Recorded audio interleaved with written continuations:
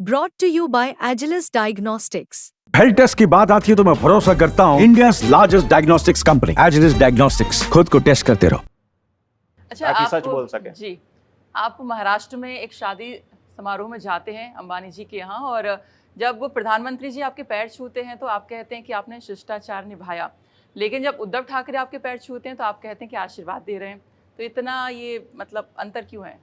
नहीं, अंतर कुछ आशीर्वाद नहीं कब है। मिलेगा उनको, मोदी जी को? अंतर इसलिए नहीं है कि उद्धव ठाकरे ने परंपरा का निर्वाह किया। पहले तो उन्होंने प्रार्थना भेजी कि हम चाहते हैं कि हम आपके चरण हमारे घर में पढ़ें, जैसा कि परंपरा है। फिर हम लोगों ने कहा अभी समय नहीं हो पाएगा।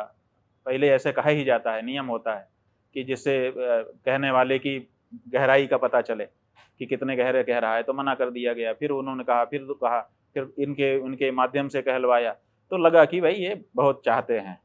तब जब हम लोगों को लग गया कि नहीं, दिल से पुकार रहा है, तो फिर चलो, तो हम लोग गए। फिर उन्होंने पूजा पाठ किया, तो उनको आशीर्वाद किया, और उन्होंने कोई राजनीतिक बात नहीं करी।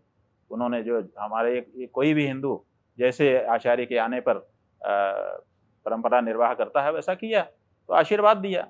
जहाँ तक मोदी जी की बात है, उन्होंने भी शिष्टाचार का निर्वाह किया, तो हमने उसको भी कहा कि उन्होंने भी शिष्टाचार निभाया, इसीलिए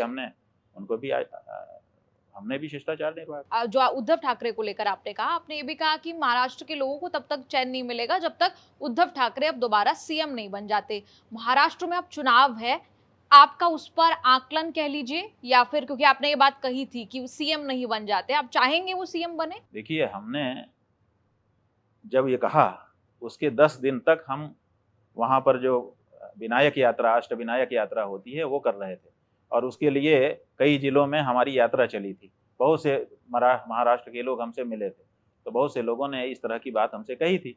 तो उस जनता की बात की छाप हमारे मन में थी उस समय, और उसी समय वो प्रश्न पूछा तो हमने वो बोल दिया।